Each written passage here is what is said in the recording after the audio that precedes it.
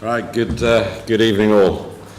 As you can tell, I haven't really come dressed as I normally would to be standing in this room. I was on holiday today and my flight got back just in time, but not enough time to allow me to go home and change, so please excuse the slightly casual attire. I'm extraordinarily pleased to see Andy Alder recognised with this medal, and it's a pleasure to be here to say a few words. I was hell-bent on getting here. I've known, I was trying to figure out how long I've known Andy, and it's somewhere between 68 and 70 kilometres, if you include the cross passages of Crossrail and the connection tunnels at Tideway, but I think it's in that region, so quite a long time. Not to mention the more than 10 million tonnes of spoil and all the rest of it. And any way you look at it, we've worked together for quite some time and achieved quite a lot.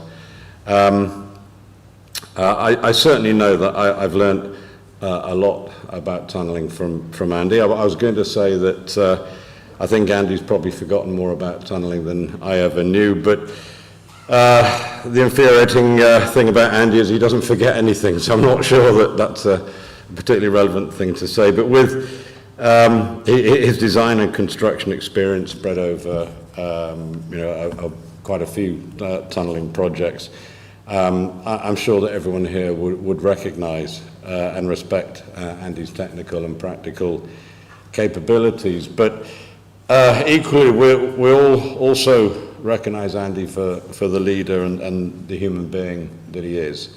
In my opinion, Andy is a great leader because he fundamentally, genuinely cares about people.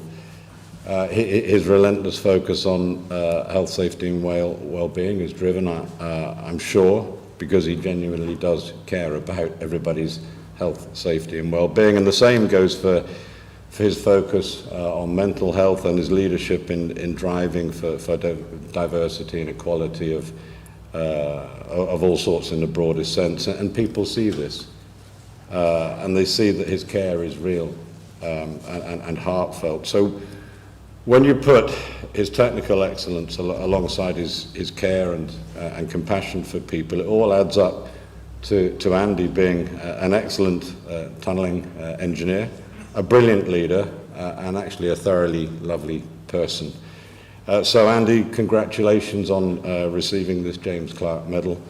It's thoroughly deserved, and I consider it, I'm sure like everyone else, an absolute privilege to be here to see you receive it.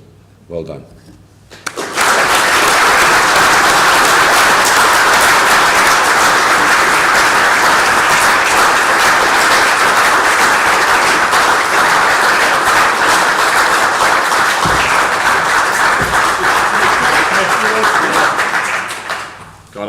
I'll keep it brief, but thank you very much. For me, this is a real team effort. This is a massive, I really feel like this is not an individual thing, this is a team thing. When I joined the industry in 1993, I worked for Alistair, Mike King, Alan Runacres, Glenn Gittos, Rodney Craig. I learned so much from those and then went on to other things through my career, and I've learned so much from people, loads of people in the room here. I'm really grateful for the opportunities that Andy gave me on Crossrail on Tideway, and Alan Runacres gave me on projects before that, and I wouldn't have learned what I did without those opportunities, so I'm really grateful for that. So it's a massive team effort. Thanks for everyone who have worked with me through my career. The big part of the team who will be here a bit later is my wife Jo. Like all of us, we can't do all the stuff we do without the support we get at home, and Jo has always enabled me to go off and do the things that I've done, and I'm really grateful for that. These things, you always sometimes think of these looking backwards or looking forwards. For me, this is just another encouragement to keep doing the best that I can to look after the teams that I work with, and just keep raising the bar. So really appreciate it. Thank you for your kind words, Andy. It's great working with you. Really appreciate it. Thanks, everyone.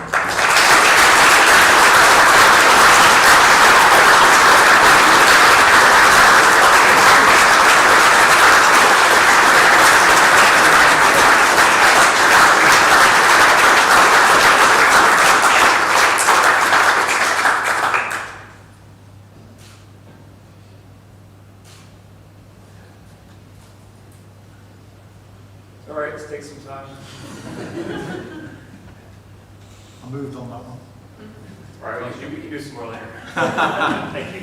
Thank you.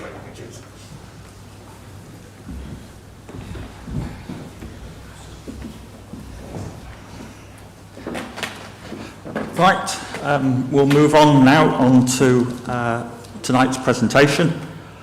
Design of watertight structures.